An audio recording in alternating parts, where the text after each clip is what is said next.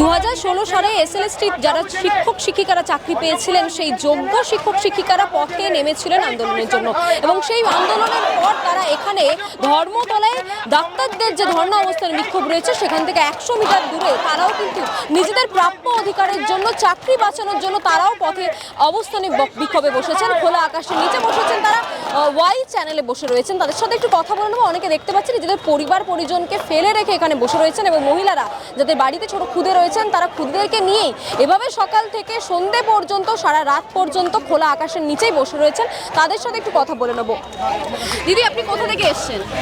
আমি এসেছি নদিয়া থেকে। নদিয়া থেকে। আমি দেখতে পাচ্ছি যে খুদেকে নিয়ে বসে রয়েছে। হ্যাঁ, ভেবেছিলেন যে না এটা না, এরকম পরিস্থিতি তো আমি কখনো ভাবিনি, তো কখনোই ভাবিনি এইরকম অবস্থায় যে আসতে হবে আমাদেরকে, এটা কখনোই ভাবিনি।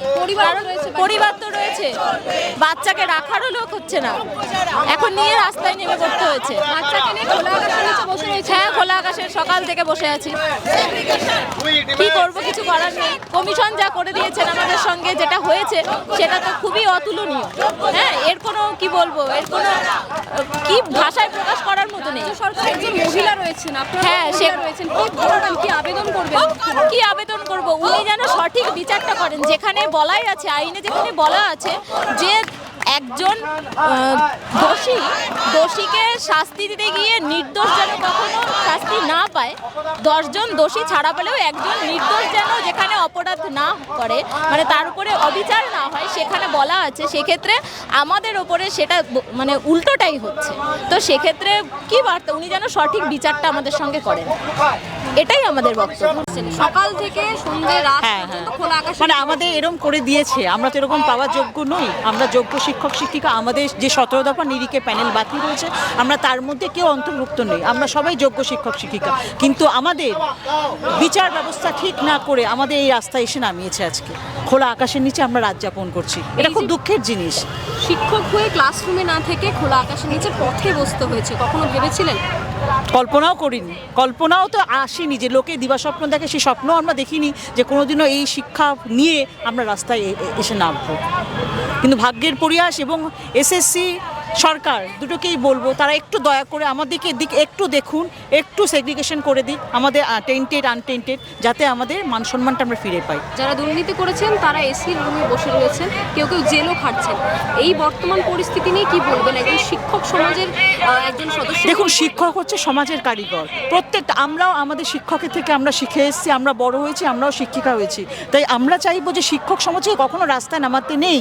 তাই আমাদের যারা ছেলেমেয়েরা তারাও শিখবে। আর এসএসসি যদি আমাদের উপর সেই অবিচারটা করে থাকে তাহলে পরবর্তী যারা প্রজন্ম আসছে তারা যখন পরীক্ষা দেবে তারা কি জানবে যে আমাদেরও সেই অবস্থায় একটা প্যানেল ক্যান্সেল হওয়া মানে সারা বিশ্বের কাছে একটা এই হয়ে যাওয়া। 26,000 একজন চাকরি বা তার প্যানেল ক্যান্সেল হয়ে গেল। এইটা একটু আমি বলবো সরকার, এসএসসি, পর্ষদ প্রত্যেকটা, এমনি ইভেন ন্যায়ালয় যেটা আমরা সুপ্রিম কোর্ট, সেও যেন একটু ভেবেচিন্তে যা ডিসিশন নেবেন একটু ভেবেচিন্তে নেন, যাতে যোগ্যরা তাদের সম্মান, তাদের এই যে বক্রদৃষ্টিতে দেখা সমাজের চোখে আমরা একেবারে নিম্ন স্তরে চলে গেছি, রাস্তায় এসে নর্দমার সামনে থাকছি, সেইটা যেন একটু বিবেচনা করে আমাদের যোগ্য সম্মানটা পাইয়ে দেন। আর কিছু না, আমাদের যেন মান সম্মানটা আমরা যেন আবার ফিরে পাই। আমরা নিজের যোগ্যতায় চাকরি পেয়েছি আজকে। আমরা সমস্ত পরীক্ষা, আমাদের বিরুদ্ধে কোনো অ্যালিগেশন কোথাও নেই, কোনো রিপোর্টে কোনো লিস্টে আজকে আমাদের নাম নেই, কিন্তু তবুও আজকে আমাদের এই অসহায় জীবনযাপন আমাদের কাটাতে হচ্ছে। এবং এই জন্য একমাত্র দায়ী হচ্ছে সরকার এবং এসএসসি, এবং সেই যে আমাদের পারে একটা কলঙ্কমুক্ত জীবন আবার ফিরিয়ে দিতে, আমাদের প্যানেলটাকে কলঙ্ক মুক্ত করতে এবং সেই সেগ্রিগেশন লিস্ট দিয়ে অযোগ্যদের লিস্ট থেকে পুরো বাতিল করে আমাদের যেন একটা কলঙ্কমুক্ত একটা প্যানেল আবার পাবলিশ করুক, যাতে আমাদের কেউ কোনোদিনও আর বাঁকা দৃষ্টিতে না দেখতে পারে এবং আমরা যেন যথাযোগ্য সম্মান নিয়ে আমরা আমাদের কর্মস্থলে ফিরতে পারি এবং আমরা আবার সমাজের যে আমরা নতুন যে আমরা বাচ্চাদের যে আমরা তৈরি করি এবং তাদের ক্ষেত্রে যাতে আমরা পুরোপুরি এবার সম্মানের সাথে মনোনিবেশ করতে পারি আমাদের কাজে, সেইটা এবার দেখা হোক। ঠিক আছে, আমাদের মান সম্মানটা ফিরিয়ে দেওয়া হোক এবার। শিয়ালদার সামনে মিছিল আপনার সাথে দেখা, তারপর হেঁটে ধর্মতলায় এসে ডাক্তারদের যে ধর্ণা মঞ্চ সেখান থেকে 100 মিটার দূরে এভাবে খোলা আকাশের নিচে 3 দিন ধরে বসে রয়েছেন। রাজ্য সরকারের কাছে কি মানবিক আবেদন করবেন?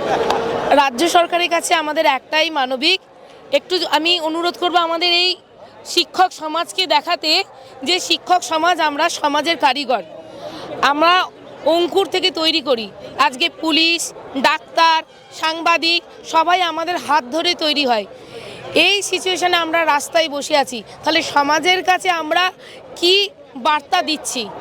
আমি সরকারকে শুধু এটুকুই বলবো, আপনি সহানুভূতিশীল হয়ে আমাদের যে ব্যথা সেটা অনুভব করুন। আমরা যে যোগ্যতার সাথে পাশ করে আজকে যে জায়গায় দাঁড়িয়ে রাস্তায় নেমেছি সেই কষ্টটা আপনি অনুভব করুন, এইটুকুই আমাদের বার্তা।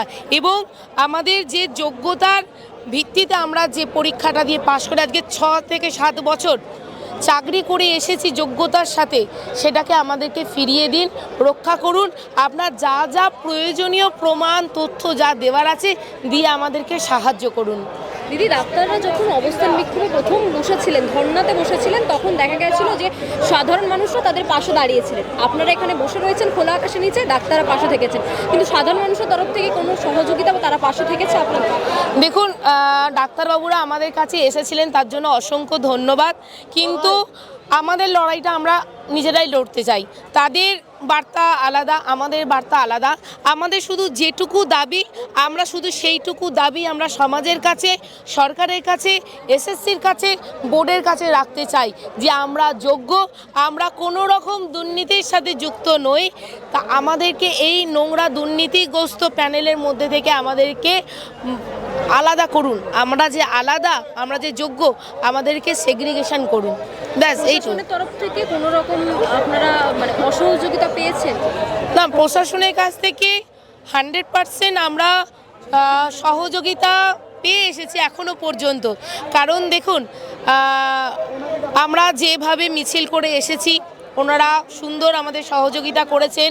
রাত্রেবেলা আমরা রাসমণিতে বসেছিলাম, ওনারা সুন্দর ব্যাখ্যা করেছিলেন যে আমাদের পারমিশন ওখানে হয়নি। তারপরে হচ্ছে আমাদের এই ওয়াই চ্যানেল দিয়েছে, এই ওয়াই চ্যানেলে যা যা আমাদের দরকার, বিশেষ করে মেয়েদের যে রাত্রেবেলা বাথরুম, সেটা পর্যন্ত ওনারা করে দিয়েছেন। সেই বাথরুমের ব্যবস্থাও প্রশাসন করে দিয়েছেন, তার জন্য অসংখ্য ধন্যবাদ। এবং আমরা এখানে পাকাপাকি নয়, মানে আমাদের আন্দোলন চলছে 7ই জানুয়ারি পর্যন্ত। আমাদের যে হিয়ারিং আছে, সেই হিয়ারিংয়ের নিরীক্ষে আমরা কতটা সুবিচার পাচ্ছি তার উপর তাকিয়ে আমাদের এই আন্দোলন চলবে। ততদিন পর্যন্ত আমরা ওনাদের সহযোগিতা কামনা করি। বাংলা হান্টের আরও খবর দেখতে নজর রাখুন। বাংলা খবর মানেই বাংলা হান্ট।